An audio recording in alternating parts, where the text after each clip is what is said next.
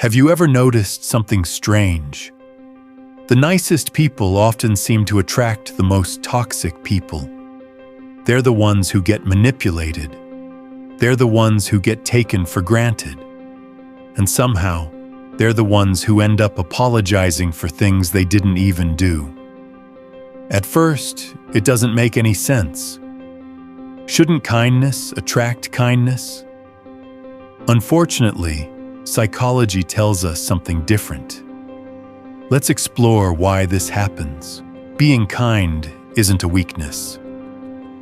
The problem begins when kindness comes without boundaries. Toxic people are constantly looking for someone they can control. They don't usually go after people who immediately question them or stand up for themselves. Instead, they search for people who are patient, forgiving, and willing to give endless second chances. Why? Because those people are easier to manipulate. Every time you forgive behavior that shouldn't be forgiven, a toxic person learns something. They learn that they can push your limits again. Another reason is empathy. Kind people naturally try to understand others. When someone behaves badly, they don't immediately think, that person is toxic. Instead, they think, maybe they're having a hard time. Maybe they didn't mean it. They've been through a lot. While empathy is a beautiful quality, toxic people know how to use it against you. They turn your compassion into permission. There's also something psychologists call people-pleasing. Many kind people have a deep fear of disappointing others. They avoid conflict. They say yes when they really want to say no. Over time, toxic people recognize this pattern. They realize they can keep asking for more because you'll probably agree. Not because you want to, but because you don't want anyone to be upset with you. Toxic people also test boundaries. They rarely start with something big. It begins with tiny requests, a small favor, a little disrespect, a broken promise. If you stay silent, they slowly increase their behavior.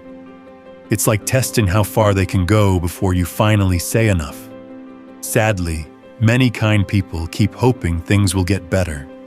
Instead, the behavior usually gets worse. One of the biggest traps is guilt. Toxic people are experts at making you feel responsible for their emotions. If they get angry, it's somehow your fault. If they're unhappy, you feel like you need to fix it.